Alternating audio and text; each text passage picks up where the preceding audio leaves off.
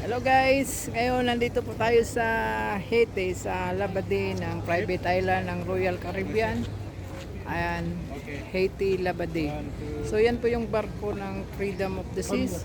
So ngayon pauwi na po kami kasi hanggang alas 2:30 lang po dito. 1 hour backward po dito, no? Sa lokal ang oras is 2:30. Kung sa barko ka naman alas 3 ng imedya. So ngayon nandito tayo sa Haiti, Labadee.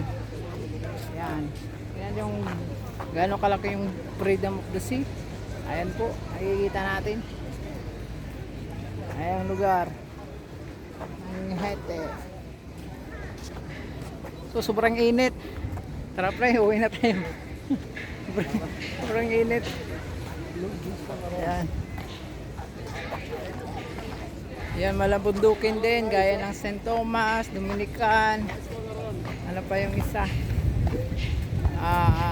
Ano pa yung isa pang bundok? Bundok Australia. Pauwi na.